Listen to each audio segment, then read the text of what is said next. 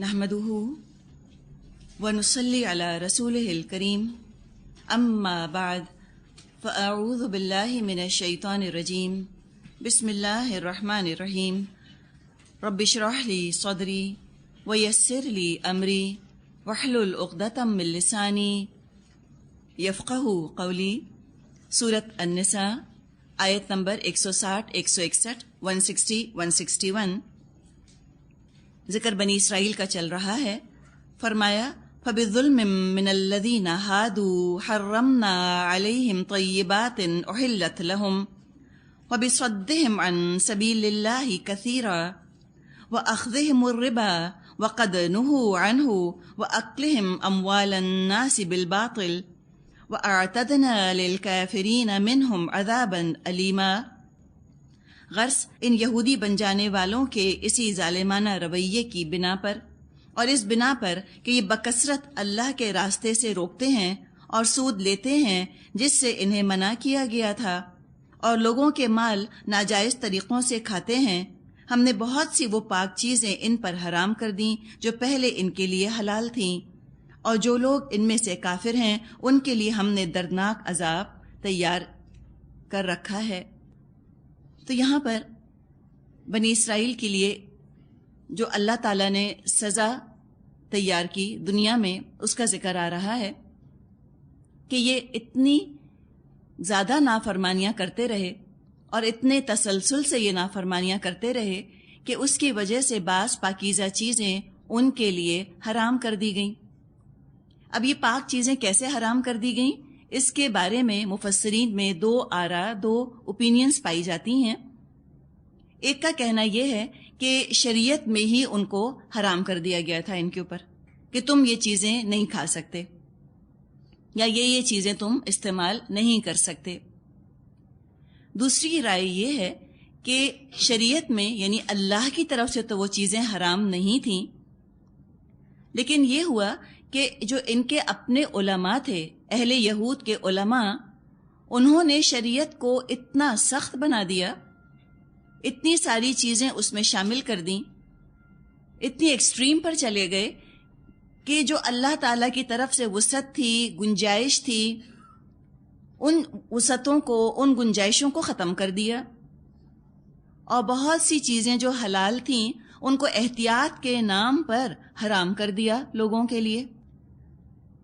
بلکہ ایک اور بھی رائے ہے، تیسری رائے، جو یہ حرمنا کے لیے آتی ہے، اور وہ رائے یہ ہے کہ حرمنا سے مراد ہے محروم کر دیا، یعنی اگر وہ اللہ کی اطاعت کرتے، شریعت پر عمل کرتے تو اللہ تعالیٰ ان کو اپنی بہت سی نعمتیں عطا فرماتا، لیکن چونکہ انہوں نے اتنی سرکشی کا رویہ اختیار کیے رکھا، مسلسل اتنی نافرمانیاں کرتے رہے، تو اللہ تعالیٰ نے ان کو بہت سی پاکیزہ، بہت سی اچھی نفع مند نعمتوں سے محروم کر دیا۔ تو بعض لوگوں نے حرمنا کو محروم کے معنوں میں بھی لیا ہے۔ مثال کے طور پہ ارض فلسطین ان پر محروم ہو گئی تھی، آگے ہم پڑھیں گے سورہ مائدہ میں۔ 40 سال یہ بھٹکتے رہے ریگستان کے اندر، اور وہ محروم رہے، وہ نہ جا سکے، سیٹل نہ ہو سکے فلسطین میں۔ تو دیکھا جائے تو ہو سکتا ہے کہ تینوں ہی چیزیں ہوں، تھوڑی تھوڑی تینوں ہی چیزیں ممکن ہیں۔ اور آگے ان کے ایک اور جرم کا ذکر کیا گیا۔ جرائم کیا کیا تھے؟ ایک تو یہ کہ اللہ کے راستے سے لوگوں کو روکا کرتے تھے، یعنی رکاوٹ بن کر کھڑے ہو گئے اللہ کے راستے میں، دین کا علم لوگوں کو نہ دیا، لوگ گمراہ ہو گئے، بھٹک گئے۔ اپنے عمل سے بھی انہوں نے لوگوں کو متنفر کیا، دین کے پڑھانے والے ہوتے تھے، عمل اتنا برا کرتے تھے کہ لوگ دین سے چڑھنے لگ گئے۔ تو کئی طریقے ایسے تھے جس کی وجہ سے لوگ دین کی طرف نہ آ سکے، تو جو دین پر عمل نہ کر سکے اپنا وبال وہ خود تو بھگتیں گے ہی، لیکن یہ علماء یہود بھی اس وبال میں حصہ پائیں گے۔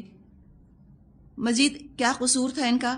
اخذہم الربا، سود سے ان کو روکا گیا تھا، لیکن سود ان کا سمبل اور پہچان بن گیا ہے آج بھی اور پہلے بھی۔ یہودیوں نے شدید حرمت کے باوجود سودی کاروبار کیا، لوگوں کو ایکسپلائٹ کیا، لوگوں کا استحصال کیا، جدید جو ہم آج کل دیکھ رہے ہیں یہ انٹرسٹ بیسڈ جو بینکنگ سسٹم ہے، جو کہ اسلامک بینکنگ کی بالکل ضد ہے، بالکل اپوزٹ ہے. سودی معیشت جس کو کہ ہم کہتے ہیں، یہ بھی یہود ہی کے دماغ کی پیداوار ہے. ساری دنیا میں انہوں نے سود کا جال بچھایا ہوا ہے. اور ہم نے سورہ بقرہ میں جب سود کے بارے میں آیات پڑھی تھیں تو وہاں ہم نے تفصیل سے ذکر کیا تھا کہ اس سود کی لعنت نے غربت میں کس قدر اضافہ کیا ہے، کیسے کیسے پوری قوموں کا، پورے نیشنز کا استحصال ہو رہا ہے، اور پورے نیشنز، پورے ملک جو ہیں وہ سمجھے کہ ایک طرح کی ماڈرن سلیوری کے اندر، جدید غلامی کے اندر جکڑ لیے گئے ہیں. اتنا کرپشن انہوں نے دنیا میں پھیلایا تو اللہ نے تو پھر ان کے لیے دردناک عذاب تیار کیا ہی ہوا ہے.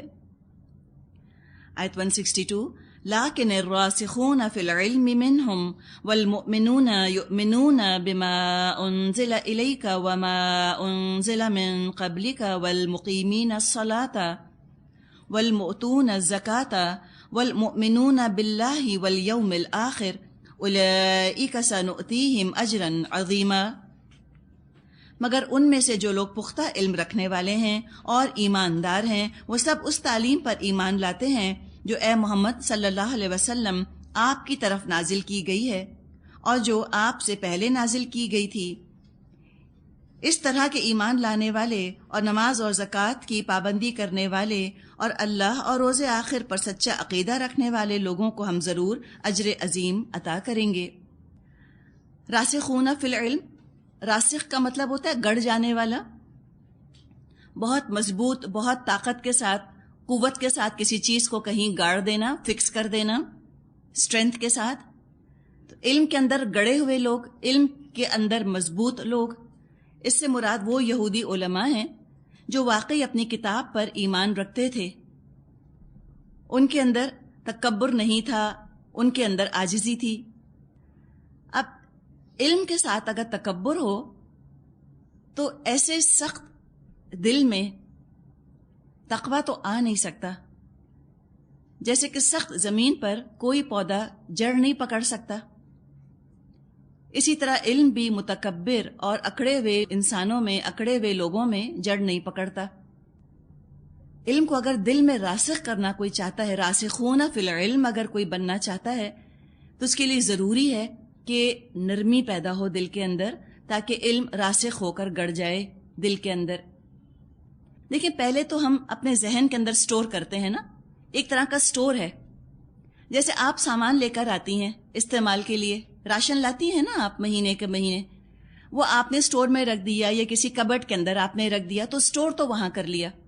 لیکن سٹور کرنے سے کیا وہ آپ کو فائدہ دے گا؟ سٹور خالی کر لینے سے تو فائدہ نہیں دے گا نا، جب تک کہ آپ اس کو استعمال نہ کریں. تو بالکل یوں سمجھیں کہ ہمارا جو برین ہے، ہم اس میں نالج کو سٹور تو کر لیتے ہیں، یہ ہمارا سٹور ہے. اب اگر ہم اس کو استعمال کرنا چاہتے ہیں تو پھر اس کو دل کے اندر اتارنا ضروری ہے. جب یہ علم دل کے اندر اتر جاتا ہے پھر یہ فائدہ مند ہوتا ہے، پھر ہم اس کو استعمال میں لا سکتے ہیں. ورنہ ہوتا یہ ہے کہ بڑے بڑے آپ کو عالم ملیں گے کہ جن کے دل بہت سخت ہیں. ایسا لگتا ہے کہ جیسے انہوں نے سارا علم دماغ میں سٹور کر لیا اور بس اس کو تالا لگا دیا. یہ بھی ایک تبع اللہ کی قسم ہو سکتی ہے کہ اللہ مہر لگا دے. علم تو مل گیا لیکن اس علم سے فائدہ نہیں حاصل کر سکتے. جیسے آپ نے الماری کے اندر لا کر اپنا سارا راشن، سارا سامان تو رکھ دیا، لیکن اس کی چابی کھو گئی لاک کرنے کے بعد، اب کیا فائدہ؟ وہ سارے کا سارا سامان اندر لاک رہ گیا نا. تو بعض دفعہ علم اسی طرح دماغ کی حد تک، ایک انٹلیکچول ایکسرسائز کی حد تک تو رہ جاتا ہے. علمی دلچسپی کا سبب تو ہوتا ہے علم حاصل کرنا. بڑے بڑے مذاکرات اس پر ہو جاتے ہیں اور بڑے بڑے آرٹیکلز جو ہیں وہ علم کی بدولت لکھ لیے جاتے ہیں. بڑے بڑے ٹائٹلز لوگوں کو مل جاتے ہیں، اونچی اونچی ڈگریز ان کے نام کے ساتھ لکھی ہوتی ہیں، لیکن حقیقت میں وہ لا علم ہوتے ہیں. تو یہود کے علماء کا حال یہی تھا. علم حاصل تو کر لیا، لے تو آئے، سٹور تو کر لیا، لیکن جو اس کی چابی تھی اس کو استعمال کرنے کی، اللہ کا تقوی اور عاجزی اور ماڈسٹی اور نرمی، وہ ان کے پاس نہ تھی. تو علم نے ان کے اندر نرمی نہ پیدا کی، یہ علم استعمال نہ کر سکے، ان کے عمل میں نہ ڈھلا وہ علم. اور علم جب عمل میں ڈھلتا ہے لازماً نرمی آتی ہے، لازماً انسان کے اندر اچھی صفات پروان چڑھتی ہیں. اور یہ نورانی علم، اللہ کا دیا ہوا علم، اس سے زیادہ خوبصورت علم اور کون سا ہو سکتا ہے؟ تو وہ یہودی علماء جنہوں نے واقعی اپنے علم پر عمل کیا تھا، علم کی وجہ سے جن کے دلوں کے اندر عاجزی آئی تھی، جو تورات کا علم حاصل کرتے تھے اور اس پر عمل کرتے تھے، ان کے دل نرم نرم تھے. یہی لوگ تھے جو نبی اکرم صلی اللہ علیہ وسلم پر ایمان لائے اور انہوں نے نیک کام کیے. عبداللہ بن سلام رضی اللہ عنہ اپنے زمانے کے بہت بڑے یہودی عالم تھے، اور یہ نبی اکرم صلی اللہ علیہ وسلم کی خدمت میں حاضر ہوئے اور آپ پر ایمان لائے. آج بھی مریم جمیلہ جیو تھیں، پھر محمد اسد آسٹرین جیو تھے، جرنلسٹ تھے. یہ سارے کون ہیں؟ راسخون فی العلم والے لوگ. ان کے لیے بہت بڑی خوشخبری ہے کہ اللہ ان کو بہت اجر سے نوازے گا. جہاں تک سود کا تعلق ہے، جیسے کہ ابھی ہم نے بات کی، سود تورات میں بھی حرام تھا. یہاں اللہ تعالیٰ نے فرمایا ہے کہ ہم نے منع کیا تھا ان کو، تم سود مت لینا. یہودیوں کے لیے بھی سود حرام تھا، بلکہ کہنا چاہیے کہ ہے. عیسائیوں کے لیے بھی سود حرام ہے، مسلمانوں کے لیے بھی حرام ہے. عیسیٰ علیہ السلام کے زمانے میں یہودی اپنی عبادت گاہوں میں بیٹھ کر سودی کاروبار کیا کرتے تھے. اتنا ان کے اندر بگاڑ آ گیا تھا. عیسیٰ علیہ السلام نے وہاں سے ان کو باہر نکال دیا تھا اور ان سے کہا تھا کہ you have made the house of God into a den of robbers, کہ تم نے اللہ کے گھر کو چوروں کا بھٹ بنا دیا ہے. یہاں تم سودی کاروبار کرتے ہو بیٹھ کے. نہیں سوچے نا کہ دنیا کتنی ان پر چھا گئی تھی کہ عبادت میں ان کا دل ہی نہیں لگتا تھا. جو ان کی عبادت گاہیں تھیں، سناگوگس وغیرہ تھے، اس میں بھی بیٹھ کے یہ کاروباری کیا کرتے تھے.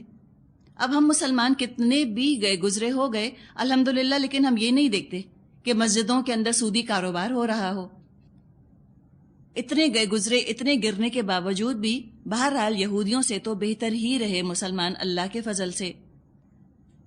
تو ان کے لیے سود حرام تھا، لیکن تحریف کر کے انہوں نے اس کو اپنے لیے حلال کر لیا تھا. یہ کام ذاتی سطح تک محدود تھا ان کے زمانے میں.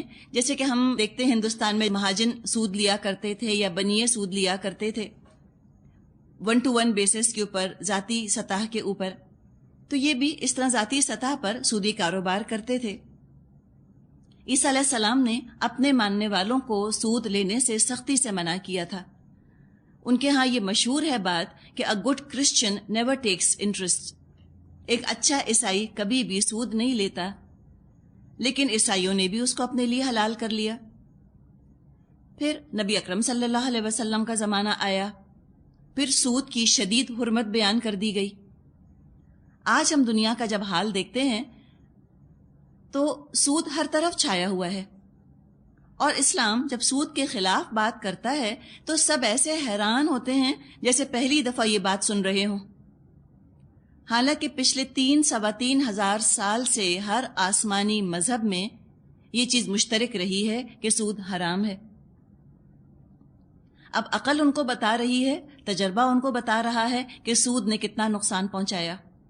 اب وہ خود آ تو رہے ہیں 0 انٹرسٹ ریٹ کے اوپر، لیکن اپنے مذہب کا نام نہیں لیتے. وہ یہ نہیں کہتے کہ ریلیجسلی ہم پر الاؤ نہیں ہے، ریلیجسلی ہم پر یہ بات فرض ہے کہ ہم سود نہ لیں، بلکہ لگتا ہے جیسے کہ سود کو منع سب سے پہلے اسلام نے کیا. حالانکہ ہمیشہ سے سود کی ممانعت رہی ہے، ہمیشہ سے سود منع رہا. اس سے یہ بھی پتہ چلتا ہے نا کہ ان کے عوام کتنے زیادہ اپنی دین کی تعلیمات سے کٹے ہوئے ہیں، کتنے لا علم ہیں. ان کو اندازہ ہی نہیں ہے کہ ہماری کتابوں کے اندر، ہماری اپنی شریعت کے اندر جو ہے وہ سود کتنا بڑا حرام ہے. یا اگر ہے تو ان کو پرواہ نہیں. وہ کہتے ہیں ہو کیئرز، اللہ کو الگ رکھو اور کاروبار کو الگ رکھو. جیسے کہ کہاوت ہے، وہ کہتے ہیں give to God what is God's and give to Caesar what is Caesar's, کہ سیزر کو سیزر کا حق دے دو، اللہ کو اللہ کا حق دے دو. وہ کہتے ہیں کہ دین کو معیشت کے اندر، سیاست میں، معاملات میں، معاشرت میں کیوں گھسیٹ کے لاتے ہو دین کو ان تمام چیزوں کے اندر؟ اور اسی کا نام سیکولرزم ہے. سیکولرزم کیا ہے کہ اللہ کو عبادت کی حد تک، اللہ کو چرچ کی حد تک محدود رکھو، اور باقی دنیا میں، باقی کاروبار میں اپنی مرضی کرو. وہ کہتے ہیں کہ سیاست کا دین سے کیا تعلق؟ معیشت کا دین سے کیا تعلق؟ شادی بیاہ کے معاملات کا دین سے کیا تعلق؟ تو آپ دیکھیں جو سود حرام ہے تو سود کا تعلق کس سے ہے؟ عبادت سے تو نہیں ہے. سود کا تو تعلق ہی معاملات سے ہے، معیشت سے ہے، کاروبار سے ہے. تو اللہ تعالیٰ نامکمل دین تھوڑی دیتا ہے. جب دین آتا ہے وہ تو پورا طریقہ زندگی بتا رہا ہوتا ہے، چاہے عبادت ہو، سیاست ہو، معاملات ہو، معاشرت ہو، معیشت ہو، کوئی بھی گوشہ ہو زندگی کا. ہم سے تو کہا گیا ہے کہ ادخلوا فی السلم کافۃ، تم تو پورے کے پورے اسلام میں داخل ہو جاؤ. اب ان کرسچنز کی اور جیوز کی دیکھا دیکھی بعض مسلمانوں نے بھی ایسی ہی باتیں شروع کر دی ہیں کہ دین کا آخر معاملات سے کیا تعلق؟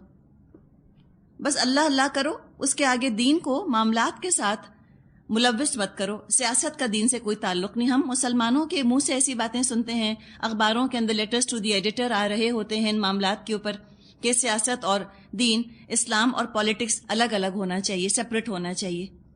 تو اسلام اور پالیٹکس الگ ہو جائے، یا اسلام اور معیشت الگ ہو جائے، یا اسلام اور معاشرت الگ ہو جائے، تو پھر وہ اسلام کہاں رہا؟ اسلام نہ رہا. وہ تو کفر ہو گیا، الحاد ہو گیا، نفاق ہو گیا، شرک ہو گیا، کچھ بھی اور ہو گیا. اسلام نہ رہا. ایمان کا تو تقاضا ہے کہ پوری زندگی اللہ کی اطاعت کے اندر اندر بسر کی جائے. اس سود لینے کا کام جو پہلے یہود انفرادی سطح پر کیا کرتے تھے، اس کو پھر انہوں نے اجتماعی نظام کی بھی شکل دی، ایک کلیکٹیو سسٹم کی شکل میں اس کو وہ سامنے لے کر آئے. 1600s میں یہودیوں نے بینکس بنائے. انگلش میں لفظ استعمال کرتے ہیں نا، بینکنگ آن سم ون، کسی پر بھروسہ کرنا، قابل بھروسہ ذریعہ. I am banking on you, ایسے کہا جاتا ہے کہ میں تم پر بھروسہ کرتی ہوں. تو انہوں نے بینک کے نام سے کچھ ادارے بنائے. لوگوں سے کہا کہ اپنا سونا اور اپنے دوسرے سیلیبل ویلیوبلز، وہ چیزیں جو کہ قیمتی ہیں اور جو بازار میں بک سکتی ہیں، وہ ہمارے پاس لا کے رکھوا دو، ہم ان کی حفاظت کریں گے. لوگوں نے اپنے ویلیوبلز، اپنی قیمتی اشیاء، اپنا سونا ان کے پاس آ کر ڈپازٹ کرنا شروع کر دیا. آج بھی ڈپازٹ ہی لفظ استعمال کرتے ہیں نا، ڈپازٹ کرو بینک کے اندر. جب لوگ اپنی چیزیں لا کر ان کو دیتے تھے تو یہ ان کو ایک رسید دے دیا کرتے تھے، اور یہ ضمانت ہوتی تھی، گارنٹی تھی اس بات کی کہ یہ شخص اتنی دولت کا مالک ہے، اس نے ہمارے پاس اتنی دولت رکھوائی ہے. اب کیا ہوا رفتہ رفتہ وقت کے ساتھ کہ لوگ یہ رسید دے کر چیزیں خریدنے لگے. اسی طرح ان بینکس نے لوگوں کو آفر کیا کہ آپ ہم سے قرضے لے لیجئے، ہم آپ کو لون دیتے ہیں، اور ایک فکس رقم آپ ہم کو سود کی شکل میں لوٹاتے رہیں. یہ جو انہوں نے کہا کہ آپ ہم سے قرضے لیں، تو یہ پیسے کہاں سے آئے قرض دینے کے؟ وہ جو لوگوں نے رقم رکھوائی تھی. کچھ عرصے کے بعد انہوں نے دیکھا کہ لوگ اتنا پیسہ رکھواتے ہیں اور واپس بہت کم لیتے ہیں، اس میں سے زیادہ پیسہ ہمارے پاس رکھا رہ جاتا ہے. یہ آبزرو کر لیا انہوں نے. تیز تو ہیں نا، عقل مند تو بہت ہیں.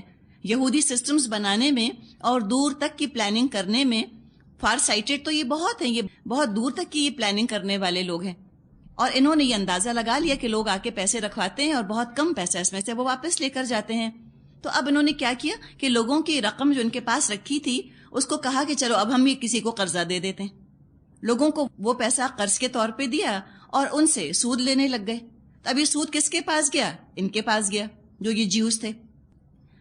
اچھا، اب یہ تو ان کو ایک طرح کی حفاظت کرنی تھی نا کہ لوگ جو پیسہ رکھوا رہے ہیں اب ہم سے لے کر نہ جائیں. اگر لوگ سارا پیسہ اس طرح نکلوانے لگتے ان سے تو پھر یہ سود پر قرضہ کیسے دیتے؟ تو ان کو انشور کرنا تھا کہ جو لوگ پیسہ ہمارے پاس رکھوا رہے ہیں وہ ہم سے اب واپس نہ لیں، ہمارے پاس چھوڑ دیں. اب اس کے لیے کوئی لوگوں کو انسینٹیو دینا تھا، کوئی لوگوں کو لالچ دینا تھا. تو انہوں نے لوگوں کو یہ انسینٹیو دیا، لوگوں کو یہ آفر انہوں نے دی کہ تم جو رقم ہمارے پاس رکھوا رہے ہو اس کو ہمارے پاس رہنے دو، ہم اس کی حفاظت کریں گے. نہ صرف یہ کہ ہم بغیر کسی معاوضے کے تم پہ اتنا بڑا فیور کر رہے ہیں کہ ہم تمہارے پیسے کی حفاظت کر رہے ہیں، بلکہ ہم یہ بھی کریں گے کہ تم کو اس پیسے پر کچھ نہ کچھ پیسہ دیتے بھی رہیں گے. سمجھ آئی آپ کو بات؟ ایگزیکٹلی یہی سسٹم ہے نا بینکس کا آج کل. اور یہ نظام آپ دیکھیں سننے میں کتنا سمپل ہے، لیکن کتنا انسان کو دماغ چاہیے سسٹم بنانے کے لیے. کوئی جینیس ہوگا تو یہ سسٹم اس نے بنایا ہوگا. یہ عام انسان اس طرح جوڑ توڑ نہیں کر سکتا. جب یہ انہوں نے آفر دی تو یہ آفر لوگوں کو بہت پسند آئی کہ ہماری رقم بھی محفوظ رہے اور ہم کو گھر بیٹھے پیسہ بھی ملتا رہے. اب یہاں سے پھر آپ دیکھیں کہ کس چیز کی ابتدا ہوئی. رفتہ رفتہ لوگوں نے بزنس میں پیسہ لگانا چھوڑ دیا. سمجھ آئی آپ کو بات؟ انہوں نے کہا کہ بھئی بزنس میں لگائیں گے, کل کو کوئی لے کر بھاگ جائے, کوئی لاس ہو جائے, یہ تو گارنٹی ہے. ہم نے 1 لاکھ رکھا ہوا ہے بینک کے اندر, ہمیں اتنا پیسہ جو ہے وہ فکسڈ مل رہا ہے, ہم کاروبار کیوں کریں؟ تو کیا ہوا؟ سرکولیشن آف ویلتھ رک گئی. ٹھیک ہے, کنسنٹریشن آف ویلتھ ہونی شروع ہو گئی. جب کاروبار لوگوں نے لگانے کم کر دیے تو لازمی نتیجہ نکلا کہ لوگوں میں بے روزگاری بڑھ گئی, ان امپلائمنٹ بڑھ گئی. جب لوگوں میں بے روزگاری بڑھی تو ان کی اپنی بنیادی ضروریات پوری نہ ہوئی. وہ روٹی, کپڑا اور مکان, ان چیزوں کے لیے وہ ترسنے لگے. ان کے اندر جب اتنی غربت بڑھی تو انارکی پھیلی, چوری, ڈکیتی, قتل, اس میں اضافہ ہوا. انسیکیورٹی معاشرے کے اندر پھیلنے لگ گئی, چوریاں بہت ہونے لگ گئیں, قتل غارت گری بہت ہونے لگ گئی. اب جب معاشرے کے اندر انسیکیورٹی بڑھی تو مزید اس چیز نے لوگوں کو اس چیز کی طرف دھکیلا کہ ہم اپنا پیسہ بینکس میں رکھ دیں تاکہ ہمارا پیسہ محفوظ ہو جائے. آپ سمجھ رہے ہیں وشیس سرکل کیسے بنتا ہے؟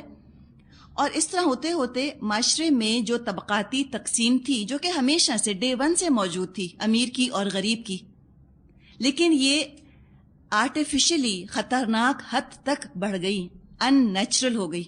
ہیوز اور ہیو ناٹس کے اندر تقسیم. پیسے والے بہت زیادہ پیسے والے ہو گئے. جس کے پاس جتنا زیادہ پیسہ, اس کو گھر بیٹھے اتنا زیادہ ریٹرن مل رہا ہے. اور دوسری طرف غربت کی انتہا یہ ہو گئی کہ ان کے پاس کھانے کو, پہننے کو, رہنے کو سامان نہ رہا. ایگزیکٹلی یہ صورتحال آج ہے. یہ سب اس انٹرسٹ بیسڈ بینکنگ سسٹم کا نتیجہ ہے, اور یہ ماڈرن بینکنگ کی ابتدا تھی. تو پھر آپ دیکھیں, کوئی سوچ سکتا تھا کہ کس حد کا ایکسپلائٹیشن ہوگا اس طریقے سے؟ کوئی سوچ نہیں سکتا تھا اس وقت. لیکن اسلام نے آپ دیکھیں جڑ کو پکڑ لیا نا, کہ اس کو تم جڑ میں ہی ختم کر دو, تم سود ہی مت لو. اس سے کتنے سارے مسائل کھڑے ہوں گے, کتنا ظلم اس سے پیدا ہوگا, وہ تو اللہ جانتا تھا, تبھی اللہ نے روکا. تو شروع میں تو بینکس رسید دے دیا کرتے تھے کہ ٹھیک ہے یہ رسید ہم تمہیں دے رہے ہیں کہ تمہارا اتنا مال ہمارے پاس ہے, اور وہ رسید پھر لوگ یوز کیا کرتے تھے.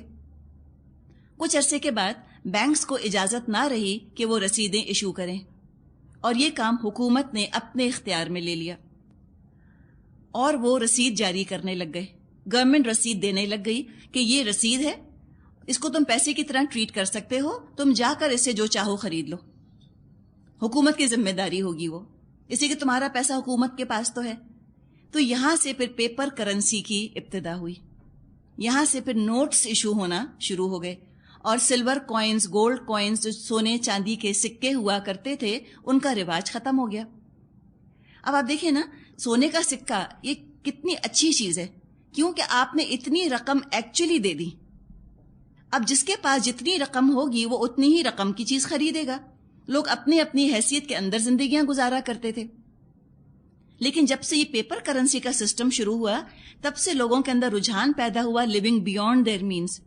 اپنی حیثیت سے بڑھ چڑھ کر لوگ رہنے لگ گئے.